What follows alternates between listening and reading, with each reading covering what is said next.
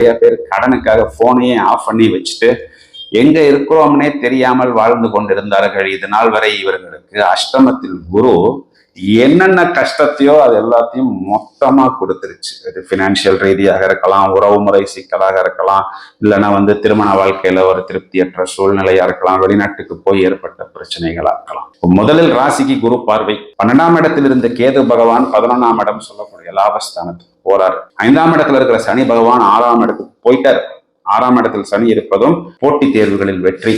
6ஆம் இடத்தில் இருக்கக்கூடிய இந்த ராகு என்பவர் 5ஆம் இடத்துக்கு வந்துட்டாரு. அது புத்திரஸ்தானமே. புத்திரஸ்தானத்தில் ராகு பகவான் இருந்தால் பிரச்சனைகளை கொடுக்க மாட்டாரா அப்படின்னு நிறைய பேர் கேட்பாங்க. கண்டிப்பா ஜோதிடம் தெரிந்தவர்கள் கேட்கணும்.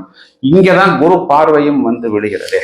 அப்போ 5ஆம் இடத்தில் ஒரு சுப கிரகம் இருப்பதாக எடுத்துக்கொண்டு இது நாள் வரை நம்ம மட்டும் ஆஃப் ஆகாம நம்ம குழந்தைகளும் ஆஃப் ஆகி இருந்தாங்க.